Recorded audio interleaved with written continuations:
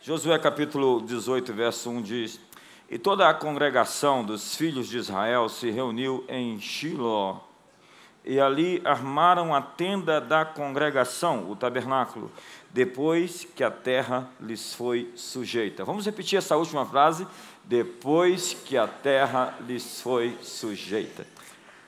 Queridos, nós somos chamados para discipular as nações. Nós resumimos o nosso ministério a cuidar de pessoas. E pregar apostolicamente é um grande desafio, porque você não está falando mais a pessoas na perspectiva de suprir suas necessidades, senão de fazer destas pessoas supridoras de necessidades. Pregar apostolicamente é perder a visão de alguém que está vindo ao ministério simplesmente para receber, senão para ser treinado a fim de ocupar. Pregar apostolicamente é sair do modelo pastoral, de simplesmente esperar cuidados, ou o que a igreja pode fazer por mim, senão o que eu posso fazer por Jesus, usando os meus dons para o benefício e o avanço do reino de Deus na terra. Pregar apostolicamente é um grande desafio, porque você sai da região de conforto e vai ocupar territórios, estabelecendo a cultura do céu, a cultura do reino de Deus, os valores, justiça, gozo, paz e alegria onde você vai. Então, Josué é uma figura de Jesus, já que a palavra Josué significa a mesma coisa e a mesma palavra. O Senhor é a nossa salvação. Ele conquista a terra. Ele simplesmente domina a terra. O texto que eu li diz que a terra lhes foi sujeita. Entenda que até aqui foi guerra, foi luta, foi batalha. No momento em que eles chegam até Shiló, eles estabelecem um governo de expansão cultural para todo o país, para as 12 tribos, que seria discipulada a partir da sua capital. Então, os valores educacionais, os valores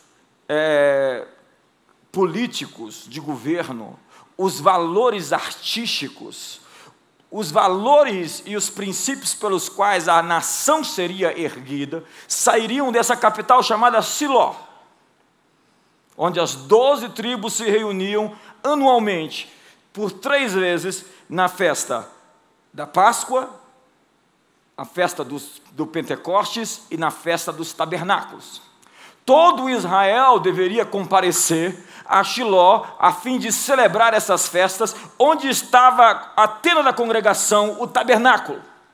No tabernáculo, nós tínhamos ali a arca do concerto, a arca da aliança, onde estava, ou onde era manifesto a presença de Deus. Entenda que Jesus, como Josué, venceu a guerra. Essa batalha espiritual não é uma coisa que vai ser definida.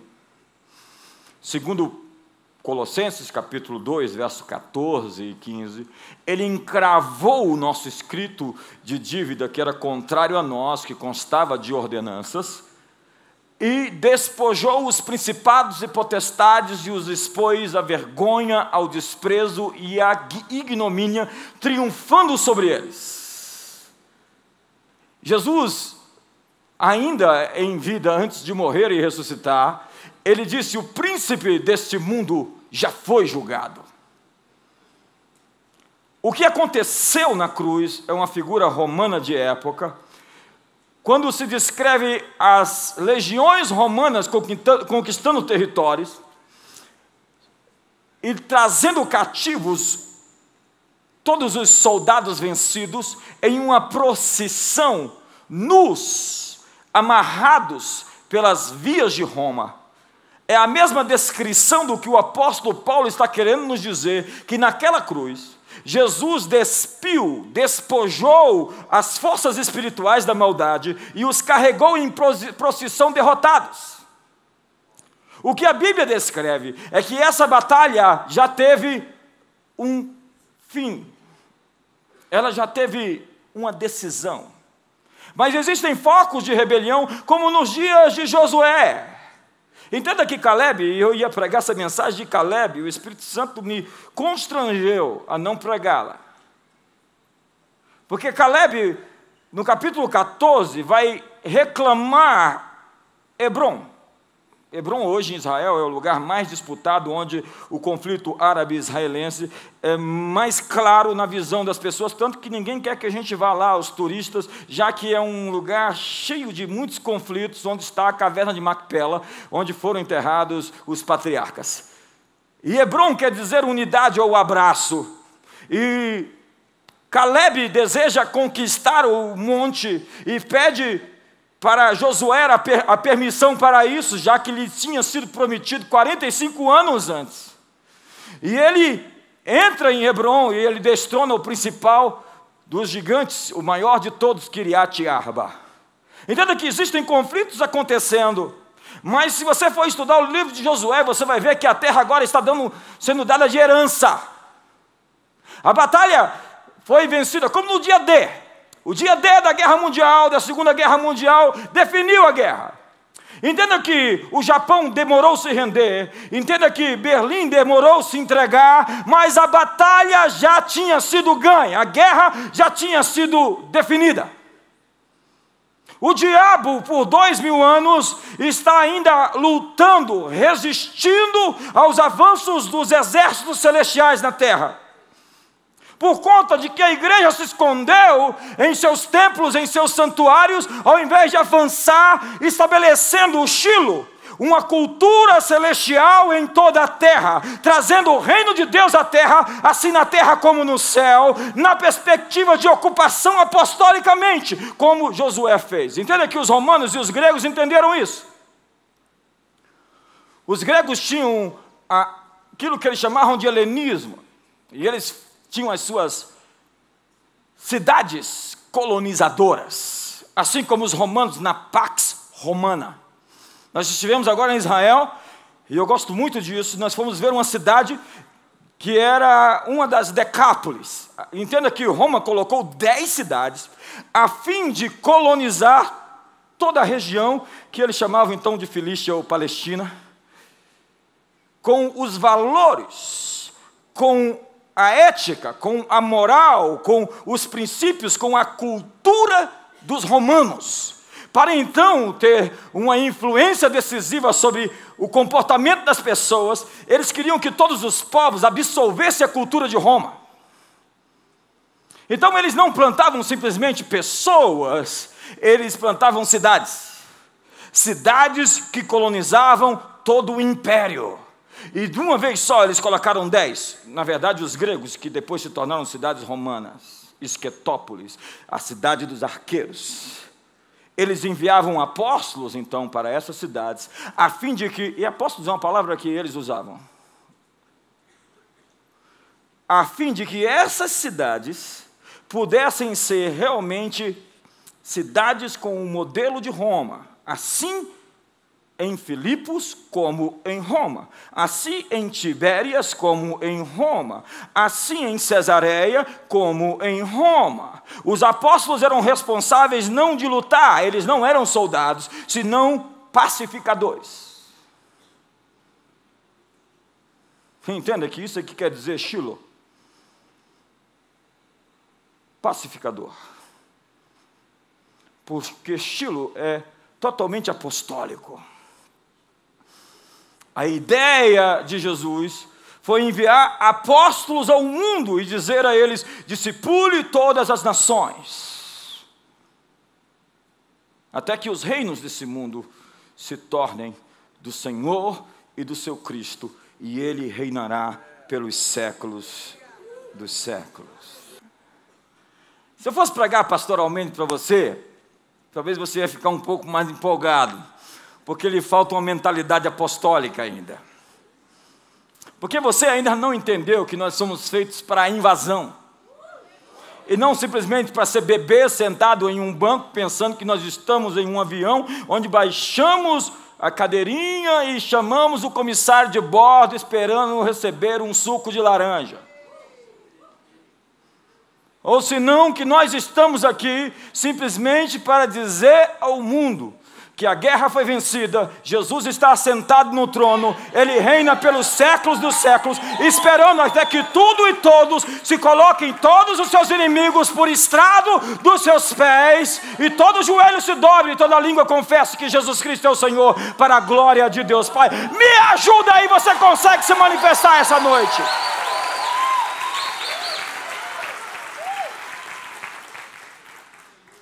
Entenda que Shiloh era um modelo e um arquétipo,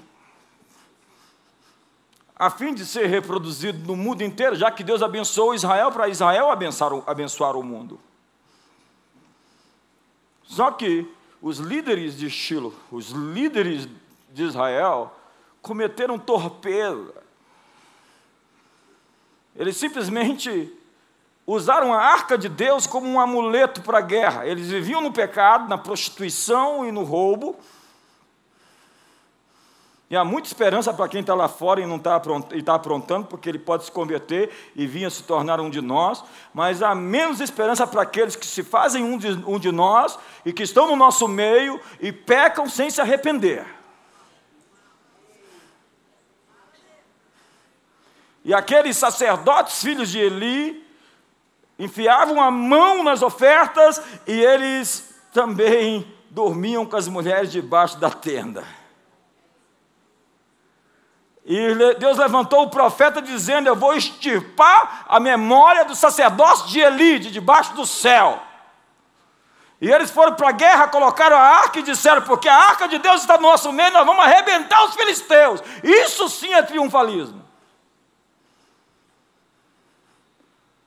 E pensando que a arca de Deus ia trazer para eles superpoderes, na verdade a arca trouxe para eles juízo. Porque a Bíblia diz: aparte-se do mal todo aquele que invoca o nome do Senhor. Você sabe o resultado em Afec? Os filisteus foram lá, atropelaram os israelitas. Tomaram a arca deles, foram até Shiló, queimaram o tabernáculo e destruíram tudo. E Eli ficou sabendo logo depois, estava sentado numa cadeira cego, um sacerdote cego, é uma coisa terrível. Caiu para trás e morreu, e um filho nasceu no mesmo momento e lhe deu-se o nome de Icabode, foi-se a glória. A glória se foi porque a arca foi tomada pelos filisteus. A arca foi colocada pelos filisteus, celebrantes, triunfantes, no templo de Dagom. Quando abriram as portas do outro dia, a imagem de Dagom estava toda quebrada e mutilada e arrebentada diante da arca. Então os filisteus começaram a ter furúnculos, hemorroidas, e uma peste bubônica de ratos, e eles não sabiam o que fazer com a arca, estavam desesperados, falando aquilo que a gente pensava que era bom para nós. Na verdade, esse triunfo nosso foi uma perda, nós temos que nos livrar dessa arca.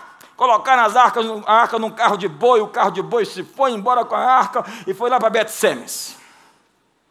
Chegou em Bet-Semes, o pessoal olhou para a arca, abriu a arca e todo mundo ferido, machucado, porque não se toca na presença de Deus. Então os moradores de Bet-Semes quiseram também se livrar da arca. Você já viu o pessoal querendo se livrar da presença de Deus? Porque a presença de Deus, quando você se aproxima dela, cuidado com o que você faz.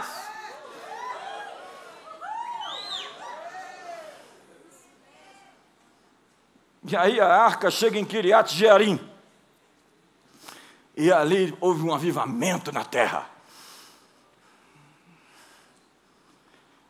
E a arca ficou ali, até Davi, porque Saul chegou para o governo, começou a reinar e não queria saber de arca. Mas Davi, a primeira medida política dele, como rei, foi: vamos trazer a arca de volta. Então Davi Foi lá e de 6 em 6 passos sacrificava até que Uzá botou a mão na arca e pum, morreu.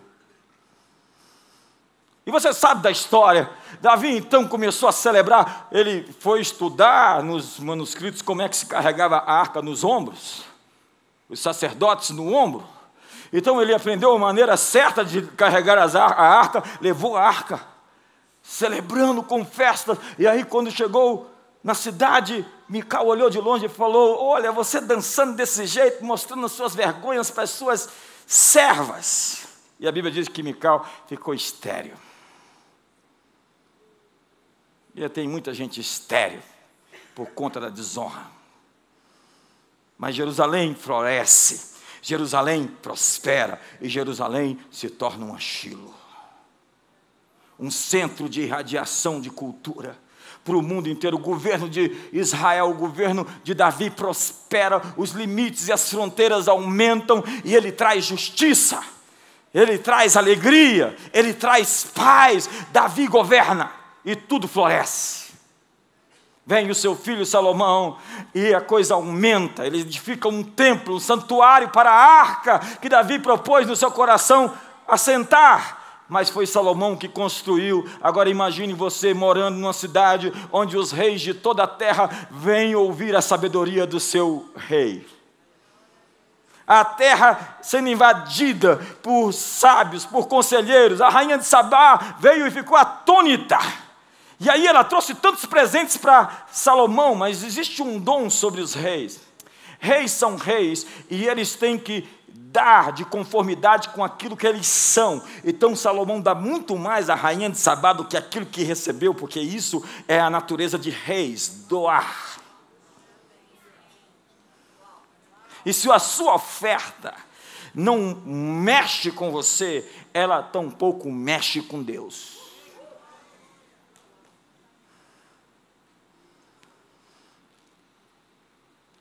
E as pedras, na verdade, a prata era como pedras. Uma terra, imagine que os servos que serviam no palácio se vestiam melhor do que os príncipes de outras nações. Os utensílios, os candelabros, os móveis, um reinado de grandeza, até que Salomão apostatou. Ele foi muito estranho, ele arrumou 1000 mulheres. Veja que sujeito mais pretensioso, 1000 mulheres. Isso é muita arrogância, irmão. E a Bíblia diz que as mulheres pagãs lhe desviaram o coração do Senhor. Então você sabe, no ano 722, Samaria cai sobre os assírios. No ano 605, Judá, Jerusalém cai sobre os babilônios. Nós vamos até a Nova Aliança agora. E surge uma cidade que emerge como um ponto de irradiação cultural do Evangelho para o mundo inteiro, chamado Éfeso. Não foi Jerusalém, foi a partir de Jerusalém, Judeia, Samaria, até os confins da terra. Mas a igreja de Éfeso, onde nós estivemos ali, onde está a cidade de Tussadase, do lado, e um cemitério arqueológico do outro, espetacular. Numa dessas viagens você tem que ir conosco para ver como é caminhar pelas páginas das Escrituras. Em Éfeso, Paulo fica 2 anos na escola de tiranos, segundo Atos capítulo 19, pregando o Evangelho e enviando missionários, apóstolos, para o mundo inteiro. E as Escrituras dizem que todo o mundo antigo ouviu o Evangelho a partir de Éfeso. Éfeso foi um farol para o mundo. E Éfeso confrontou os falsos apóstolos e os achou mentirosos. Éfeso odiava a doutrina dos nicolaítas, segundo Apocalipse capítulo 2. Éfeso tinha labor. A palavra labor, conheço as tuas obras. O teu labor é como aquele sujeito que pega um martelo para dobrar o ferro. Éfeso trabalhava. Mas Éfeso tinha um problema. Eles perderam a sua paixão. Há pessoas que trabalham para Deus trabalham para a obra de Deus, mas não trabalham para Deus. É a obra de Deus versus o Deus da obra. E Éfeso foi ameaçada em ter o seu candeeiro removido. Ela era uma luz para o mundo. De Éfeso para o mundo. O mundo ouviu o evangelho a partir de Éfeso. Você tem ideia? Uma das 7 maravilhas do mundo antigo era o templo de Artemis, ou de Diana. Eram 127 pilares de mármore pentélico. Eu estive lá, só tinha um todo quebrado no lugar onde estava o templo. E a deusa Diana deixou de ser adorada e mexeu no mercado da venda das imagens. Isso promoveu um grande tumulto dentro do teatro. E a briga foi durante 2 horas, eles gritando: grande é a Diana dos Efésios. Mas o cristianismo vingou, houve o crepúsculo dos deuses, os deuses entraram no ostracismo, a fé cristã se tornou a cultura do mundo. Mas a igreja entrou numa época de apostasia. Eu não preciso contar os nossos 2000 anos de história. A igreja entrou num momento crítico de desvio. Will Durant vai dizer que a igreja absolveu o paganismo. Os deuses foram vencidos, mas boa parte da cristandade absolveu os ídolos das nações e os chamaram de santos.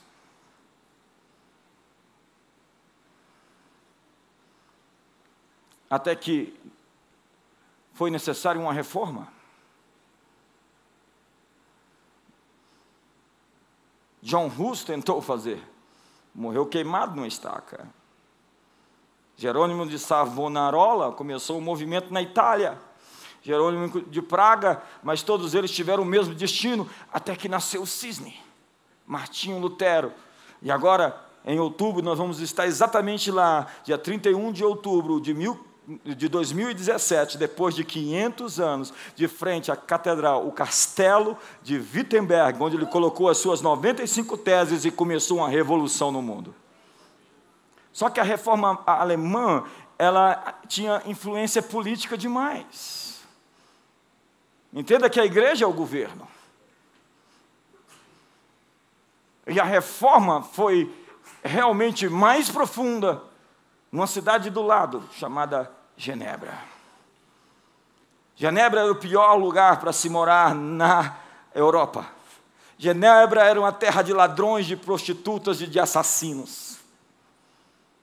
Até que chegou um sujeito chamado Guilherme Farel e Teodoro de Beza.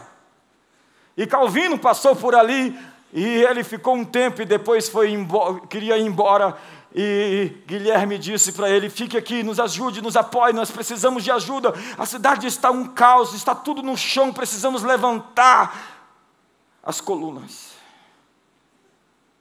E Calvino disse: não, eu preciso descansar, estou cansado, eu quero estudar. Guilherme Farel, com ira e zelo santo nos olhos, disse: Deus amaldiçoe o descanso a que tu buscas. Se diante de tamanha aflição e necessidade não te pões como resposta, Deus amaldiçoe o teu descanso. Talvez hoje eu vou amaldiçoar o descanso de alguém aqui.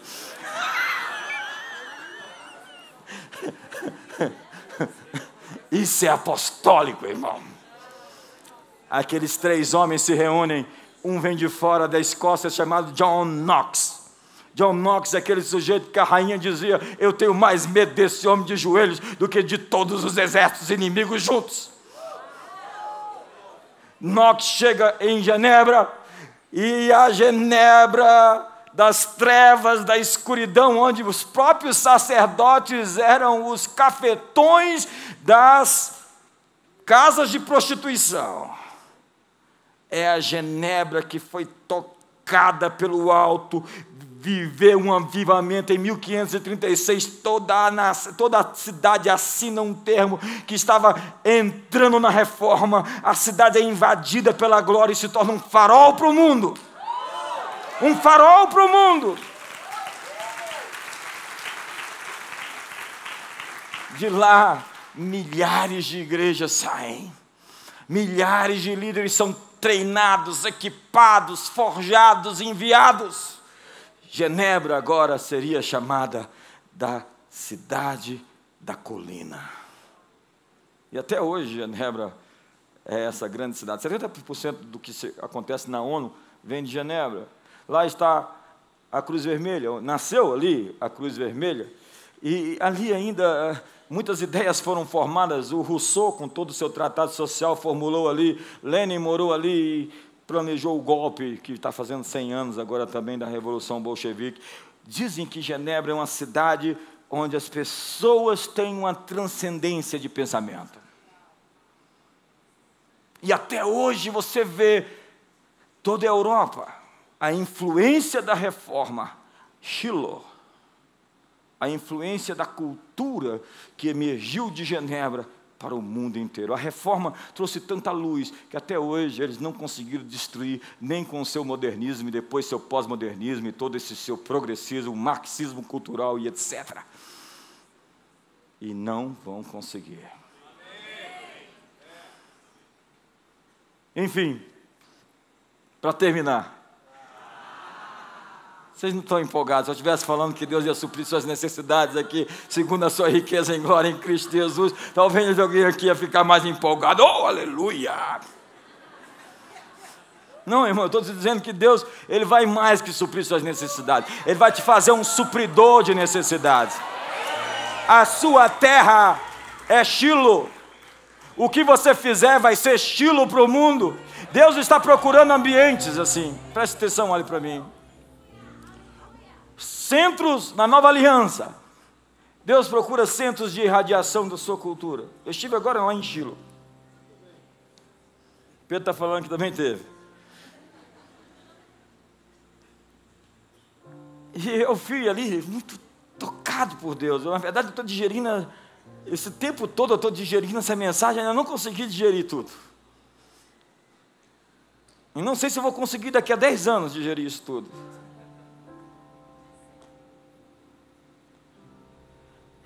E a visão que eu tive está lá em Gênesis capítulo 49, que diz: Judá, o cetro não se apartará de ti, a sua mão estará sobre o pescoço dos teus inimigos, os seus irmãos se inclinarão a ti. Judá é leãozinho, e quem, como um leão velho, ousará o despertar? O cetro não se apartará de Judá, até que venha Shiloh, e a ele obedecerão ou congregarão os povos. Um centro de irradiação da cultura do céu para toda a terra, que seriam arquétipos, modelos espalhados no mundo inteiro. E ali uma senhora foi, ela não tinha filhos, ela não podia ter filhos, e ela foi naquele mesmo lugar onde Ana orou, porque Ana orou ali, pedindo filhos, e depois teve o Samuel e quantos filhos quis. E aquela mulher foi até ali, fez um pedido de oração, e o guia nos disse que ela foi atendida e depois voltou ali e financiou com $3 milhões a estrutura que estava lá construída. E ele nos disse: faça a cada um de vocês um pedido. E eu fechei os meus olhos e disse: Deus, o que eu posso pedir num lugar como esse? Em 2 minutos eu parei para ouvir, porque há orações que não são suas, há orações que são as orações de Deus que Ele quer que você faça para que Ele responda. Eu disse: Deus, tudo o que eu quero é que a comunidade das nações seja um centro de irradiação cultural, da cultura do céu para toda a terra.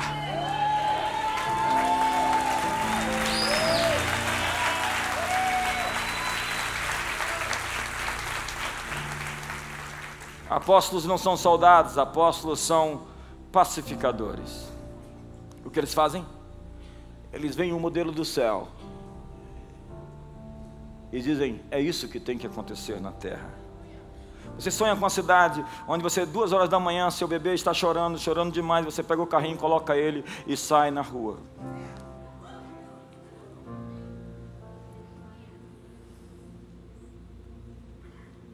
Amigos, há alguma coisa muito errada com a igreja que cresce numa cidade e nós temos tantos porcentos de cristãos e nós nos gloriamos nisso, e os índices de criminalidade continuam os mesmos. Eu pergunto: que evangelho é esse?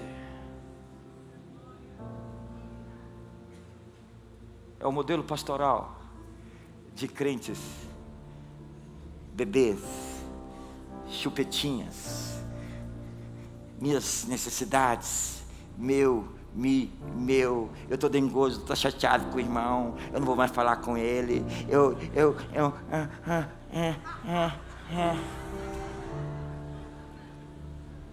Amigos, meu trabalho é construir uma nação apostólica, de gente com couro grosso, gente pronto para invasão, gente que vai ocupar a terra.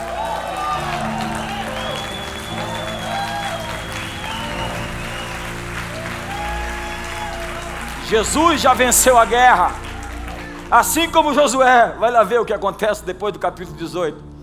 A herança da tribo de Sacar, a herança da tribo de Zebulon. Irmão, nós estamos no ano da herança e da mordomia. O que nós temos que fazer é ocupar. O que nós temos que fazer é colonizar. Agora, Satanás não expulsa Satanás. Esses dias eu postei algo como dizendo: quando você vai ali e propõe invadir um território em nome de Jesus, empresarial, de negócios, de finanças, político, educacional, artístico, e você faz a mesma coisa que o outro morador, o outro inquilino que estava lá e que foi expulso fez. Eu pergunto: que diferença tem? Só trocou de diabo, um diabo secular por um diabo crente.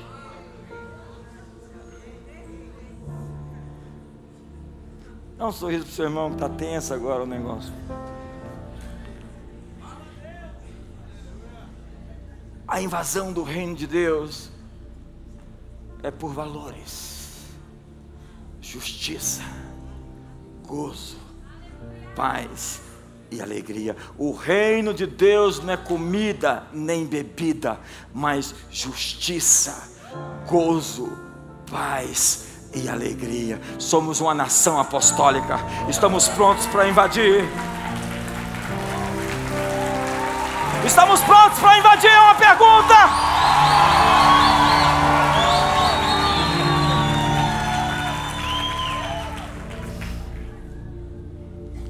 Eu estava lá de frente ao Mar da Galileia, num lugar que eu gosto muito, e um vento, aquele vento estava lá por nossa causa. Quem não acreditar nisso, que um raio caia nele. Oh, perdão. É só uma brincadeira. Um vento, aquele vento se chama charquia.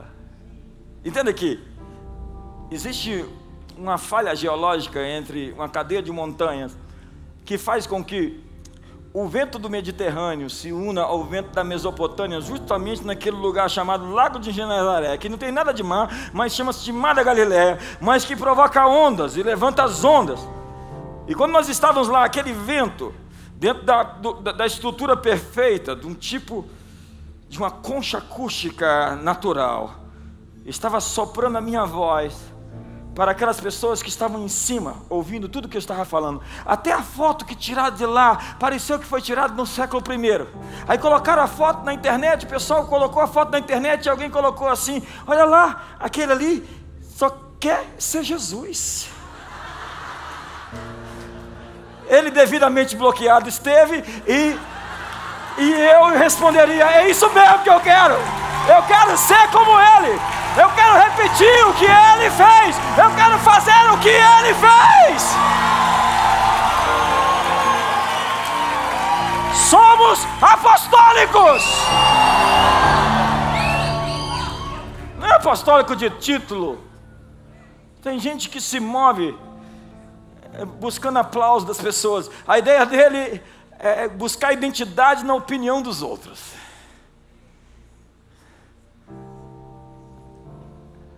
É ação apostólica. É autoridade apostólica. Existe uma força imparável, irresistível, imbatível. Fique de pé essa noite.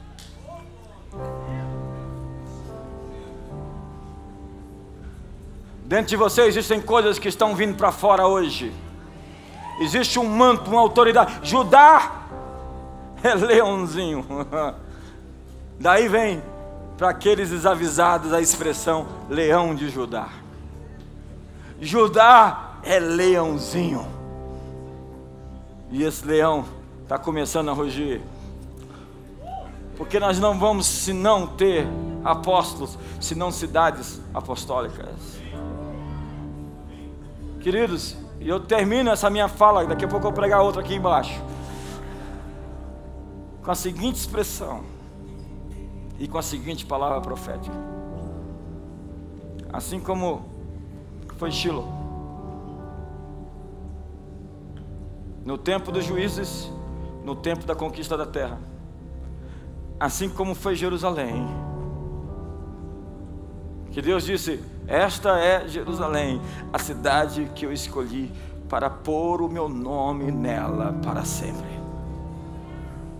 Assim como foi Éfeso, no século I, um farol para o mundo, ou Genebra, a cidade da colina, luz para os povos.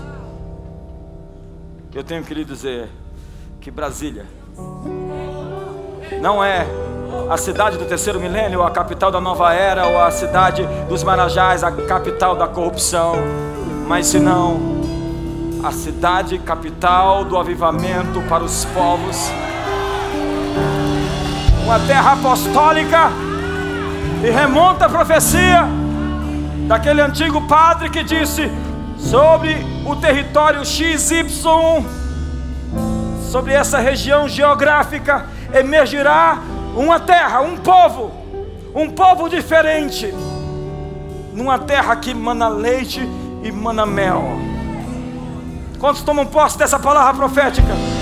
Um povo apostólico está emergindo em Brasília.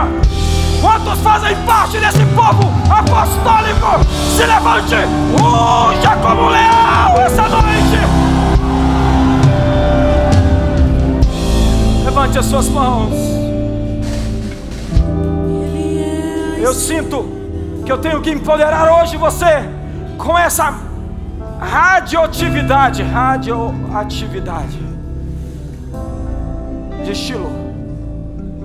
Essa unção, quando diz que cada um, ei, presta atenção nisso, com seus olhos fechados, com suas mãos estendidas, receba essa palavra, porque ela é rema.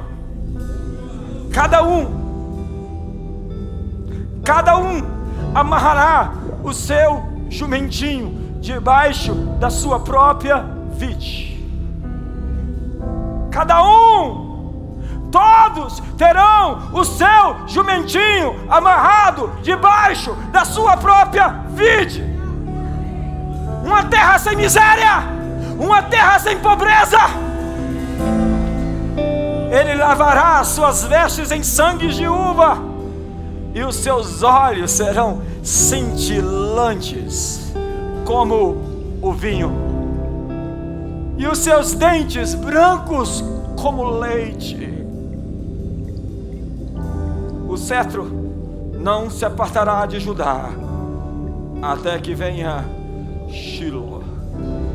Que venha Shiloh, que venha o teu reino, que faça-se a tua vontade aqui na terra como no céu.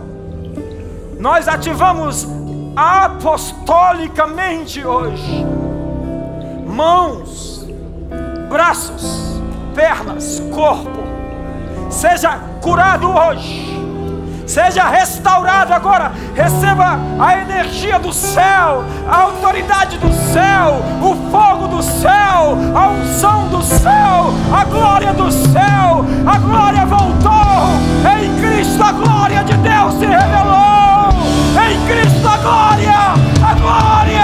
A glória de Deus nos homens, Cristo em vós, esperança da glória. Receba a ativação dos teus dons. Acorde, se desperte, se manifeste, seja tudo o que você foi feito para ser. Levante as suas mãos e ore. Levante as suas mãos e adore.